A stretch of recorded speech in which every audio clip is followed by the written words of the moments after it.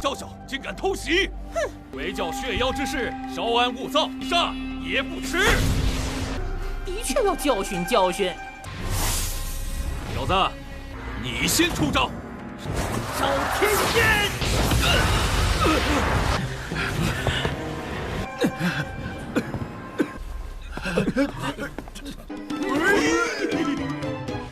Halo guys, balik lagi bersama Mimin from Zero. Bagaimana nih kabar kalian hari ini? Mimin doain semoga masih diberi semangat dan selalu ceria dalam menjalani weekend kalian ya.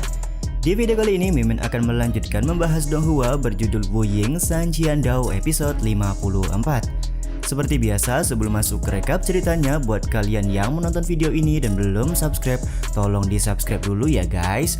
Dan jangan lupa nyalain lonceng biar nggak ketinggalan update terbaru dari channel From Zero. Playlist untuk Donghua ini juga udah tersedia bagi kalian yang baru aja bergabung dan belum nonton episode sebelumnya ya. Ya udah deh, nggak usah berlama-lama, langsung saja kita ke rekap ceritanya guys.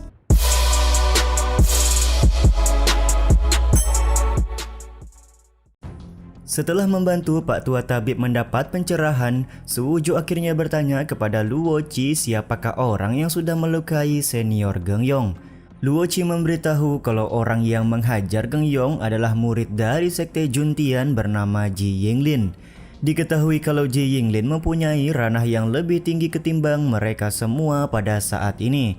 Mendengar nama sekte Juntian tentu saja membuat Suwujo merasa familiar. Dia juga merasa aneh kenapa sekte Juntian sampai-sampai mengirim murid mereka untuk mengawasinya sampai ke kota warisan. Dan apakah mungkin hanya untuk membalaskan dendam karena beberapa waktu yang lalu Bang MC kita ini sudah membuat kekacauan di dalam sekte tersebut.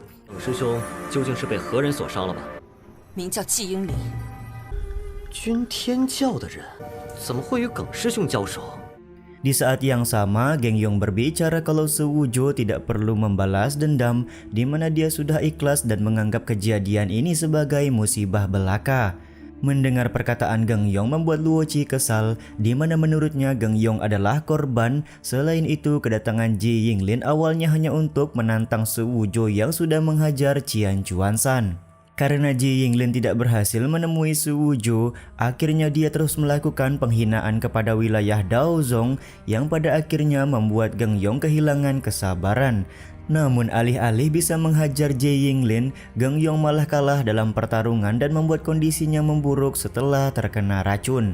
Luochi juga memberitahu kepada Bang MC kalau Ji Yinglin sekarang sedang berada di pavilion bernama Chunfeng. 本来点名要和许师弟过招，那人便百般侮辱道宗。 Setelah mendengar semua cerita dari Luochi, Suwujo pun lekas bergegas pergi ke pavilion Chunfeng. Akan tetapi di sini Gengyong meminta Suwujo untuk tidak pergi, di mana dia merasa kalau Ji Yinglin mempunyai ranah yang lebih tinggi daripada Bang MC, jadi Suwujo tidak akan mampu untuk melawannya. 好，我去就会。对方是神藏境高手。 放心。 Dengan menepukkan tangannya ke pundak Gengyong, Suwujo meminta Gengyong untuk tidak khawatir karena dia sangat yakin bisa memberi pelajaran kepada Ji Yinglin hari ini. Selain itu, Tetua Mo juga sudah memperingati asalkan tidak melewati batas, Suwujo bisa melakukan kegiatan apapun di dalam kota warisan. Sebelum pergi, Bang MC meminta semua orang untuk tidak mengikutinya kali ini karena dia hanya ingin pergi sendirian menghadapi Ji Yinglin.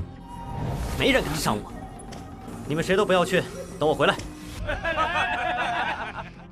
Singkat cerita, di pavilion Chunfeng, Ji Yinglin sebagai murid dari sekte Juntian sedang mengadakan pesta yang dihadiri oleh beberapa praktisi kuat lainnya. Suwujo yang sudah sampai di lokasi terlihat sedang mengintip dari arah jendela sembari memikirkan rencana bagaimana dia bisa memberi pelajaran kepada Ji Yinglin. Melihat kondisinya saat ini tentu tidak akan mudah di mana Ji Yinglin dikelilingi oleh beberapa praktisi kuat dan jika melakukan penyerangan secara terang-terangan maka Bang MC akan sangat sulit untuk melawan mereka semua. 威望颇高啊，否则，就麻烦了。Beberapa saat kemudian, tidak diduga Yu Feng juga sedang berada di dalam kota warisan. Dia saat ini hendak mengunjungi pavilion Chun Feng karena mendengar kabar kalau pavilion ini punya anggur merah yang begitu nikmat. Seorang pelayan wanita kemudian menghampiri Yu Feng sembari berkata kalau pavilion Chun Feng punya aturan sendiri di mana orang biasa tidak akan diperbolehkan masuk dan minum anggur merah di tempat ini. 哎呦，这位公子可是有规矩呢。 Yu Feng pun kemudian berbicara sembari berusaha meyakinkan si pelayan kalau dia adalah adik dari seorang master yang berada di Akademi Chongnian. Jadi tentu saja identitas kakaknya bisa dijadikan sebagai tiket masuk ke dalam pavilion Chun Feng. 都是我兄弟的徒弟。哎，这位公子， Namun ya tetap saja Yu Feng tidak bisa masuk karena si pelayan membutuhkan sebuah bukti akurat. Diketahui sudah banyak sekali orang yang mengaku-ngaku kalau mereka adalah anggota dari keluarga besar hanya untuk bisa masuk ke dalam pavilion Chun Feng. 老生我没遇到1000。 得学宫的关系户这么多的吗？在这继承形式，一切要讲。 Karena kebetulan sudah ada Yu Feng, Su Wuju pun kemudian menampakkan batang hidungnya sembari ngebacot kalau dia bisa membantu Yu Feng untuk meminum anggur di dalam pavilion Chun Feng. Di saat itu juga Yu Feng langsung menghampiri Bang MC karena dia tidak menyangka kalau bisa berada di tempat yang sama dengan Su Wuju. 就喝不到美酒了。居然也在这儿，咱们果然是。 Di saat Yu Feng hendak memberi pelukan, Su Wuju meminta dia untuk berhenti karena saat ini Su Wuju sudah menjadi murid dari wilayah Daozong. Jadi kedudukan di antara mereka sudah berbeda. Anjay. 我现在可是道宗的弟子。同道可不要紧，师兄。 Meskipun kedudukan kita sudah berbeda, tapi tadi aku mendengar kau mengucapkan bisa membantuku untuk meminum anggur merah, maka apa yang harus aku lakukan sekarang? Ucap Yu Feng yang berharap kalau Su Wuju bisa membantunya. Su Wuju kemudian membuka jendela sembari menunjukkan kepada Yu Feng bagaimana wajah dari Ji Yinglin. Semua itu Bang MC lakukan karena dia punya rencana di mana dia akan meminta Yu Feng untuk membantunya guna menghajar orang tersebut. Barulah mereka bisa minum anggur sepuasnya. 看到那小子没有？一看，只要你能压他一头， 这倒是个好办法。 Yu Feng pun terlihat tertarik dengan semua rencana dari Bang MC. Akan tetapi dia juga menanyakan resiko jika dia menghajar Ji Yinglin, di mana Yu Feng ini sudah tidak ingin membuat keributan dan ikut campur di masalah yang sedang Su Wuju hadapi. Jangan khawatir, aku tidak akan membiarkanmu menghadapi dia secara langsung, ucap Su Wuju kepada Yu Feng sembari membisikkan rencana yang sudah dia susun guna memberi pelajaran kepada Ji Yinglin. 我只是想喝杯美酒， 然后你再这样。 哦。 Setelah mendengar rencana dari Bang MC, Yu Feng pun pada akhirnya setuju dan bersiap melakukan apa yang sudah diperintahkan oleh Su Wuju. 等会儿看我眼色行事啊！ 军天教纪银灵。 Di saat Ji Yinglin sedang memberikan kata sambutan kepada tamu yang sudah datang, tiba-tiba saja sebuah meja melayang ke arahnya. Yap, benar sekali, meja ini dilemparkan oleh Su Wuju yang ingin membuat kekacauan di pavilion Chun Feng. 停！雕虫小技。 Baku hantam pun langsung tersaji di dalam ruangan. Namun ya di sini terlihat Ji Yinglin masih bisa mengimbangi kemampuan dari Su Wuju karena dia punya ranah yang lebih tinggi.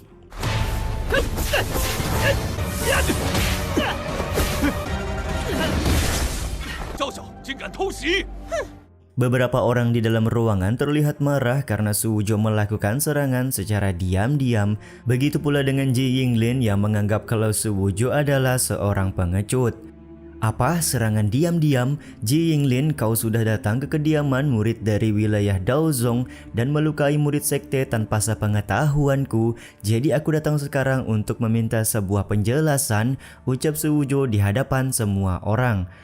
今日你趁我不在，是时候给我交代了。原来你就是许无舟。 Oh alah, ternyata kamu adalah Su Wuju. Tadi pagi kau bisa lolos dariku karena tidak ada di kediaman wilayah Daozong, tapi malam ini malah mengantar nyawa dengan mendatangiku, ucap Ji Yinglin dengan penuh keyakinan. Su Wuzhou berucap kalau kedatangannya kali ini untuk bertarung secara adil dan melakukan pertarungan hidup dan mati dengan Ji Yinglin. 竟然还主动前来送死！ 按规矩，同剑一战。你要是害怕的话， Jika Ji Yinglin merasa takut, maka dia tidak perlu menurunkan ranahnya hingga setara dengan Bang MC. Di dalam hatinya, Su Wuzhou berpikir kalau dia harus bertarung dengan ranah yang sama agar punya kesempatan menang. Dan jika tidak, hari ini akan terasa sangat merepotkan. 这家伙境界比我高。哼，同阶。 Semua ucapan dari Su Wuzhou tentu saja langsung dijabanin oleh Ji Yinglin. Dia sama sekali tidak keberatan jika harus menekan ranahnya sampai ke ranah yang sama seperti Su Wuzhou. Meskipun akan menekan ranahnya, tetap saja di sini Ji Yinglin sangat yakin akan mampu untuk menghajar Su Wuzhou hari ini. 围剿血妖之事，稍安勿躁，杀也不迟。的确要教训教训。小子， Dia juga meminta semua orang di dalam ruangan menjadi saksi dan bersabar terlebih dahulu sebelum memulai perjamuan karena dia harus membereskan sampah kecil dari wilayah Daozong seperti Bang MC ini. Dengan cepat, Ji Yinglin langsung menekan ranahnya ke tahap ini tingkat 10 sama seperti dengan ranah yang Su Wuzhou miliki. Dia juga sudah bersiap untuk memulai pertarungan. Namun baru juga siap, Bang MC kita langsung tancap gas dengan mengeluarkan segel Zhao Tian untuk melakukan serangan kepada Ji Yinglin. 你先出招！ 烧天剑！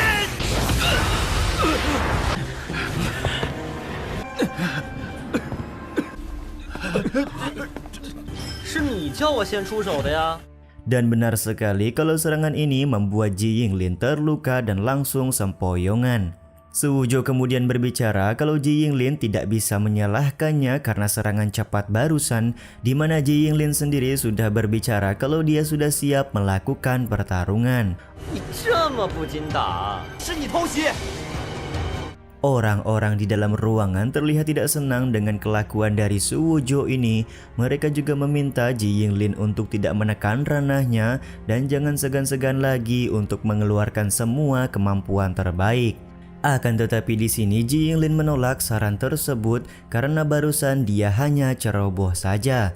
Dia juga langsung mengeluarkan sebuah teknik transformasi pembunuhan surgawi untuk melakukan serangan kuat kepada Bang MC. 不，方才是我大意，准备承受我的怒。 Teknik serangan kuat yang dipersiapkan oleh Ji Yinglin ini juga sekaligus menutup episode 54 kali ini ya guys. Waduh, padahal lagi seru-serunya ya guys, malah habis. Ya udah deh, sampai di sini dulu aja video kali ini. Mohon maaf jika masih banyak kekurangan dan kesalahan dalam penyampaian kata-kata ya. Terima kasih buat kalian yang udah nonton dan jangan lupa subscribe serta nyalain loncengnya ya guys. Mimin selaku penulis narasi, tukang voice over dan tukang edit video pamit undur diri. Salam hangat, see you in the next video. Bye bye guys, see you next week.